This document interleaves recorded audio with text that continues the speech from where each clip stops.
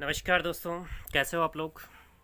आज एक महत्वपूर्ण कमेंट नज़र आया मुझे। एक मेरा ही वीडियो था, what is ex parte order decree judgement, उसके ऊपर एक कमेंट है।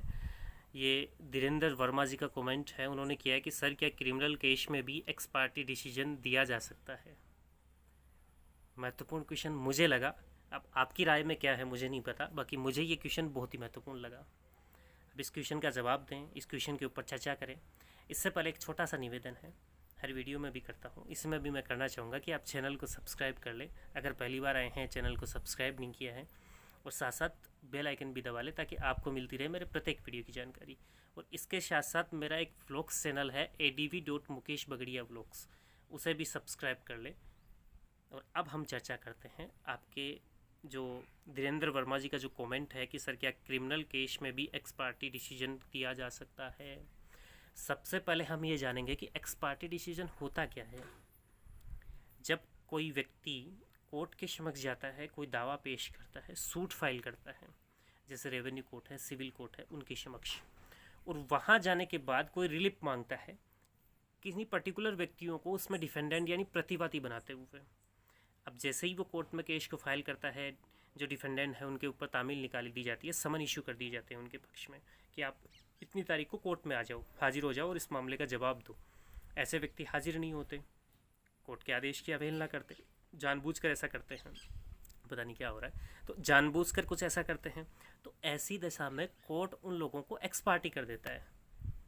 लेकिन कोर्ट पहले उचित समझे तो ही प्रॉपर रूप से उनके ऊपर तामील हो गई हो।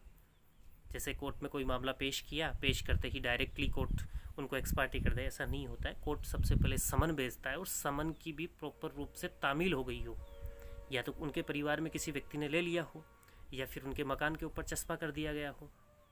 तो ऐसी कुछ कंडीशंस होनी चाहिए। अब उन्हें कोर्ट क्या कर देता है, एक्स पार्टी कर देता है। एक्स पार्टी होने के बाद कोर्ट उस मामले में एक पक्षीय कार्रवाई करता है, यानी जिसने सूट फाइल किया है उस व्यक्ति को सुनता है।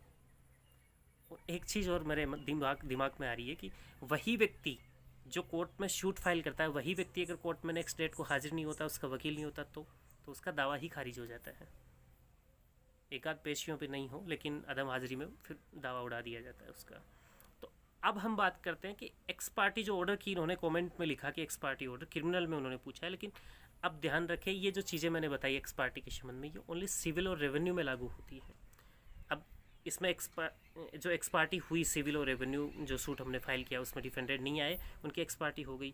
तो उसके बाद कोर्ट ने एक्स पार्टी उसमें कार्रवाई करते हुए उनके जो भी शपथ पत्र लेने थे, जो भी उनके विटनेसेस आए, कोर्ट में गवाह पेश हुए, खुद जो सूट करता है वो भी गवाह के रूप में कोर्ट में आया, और कोर्ट ने उचित समझा, फिर उनके पक्ष में डिग्री पारित कर दी, जजमेंट दे दिया।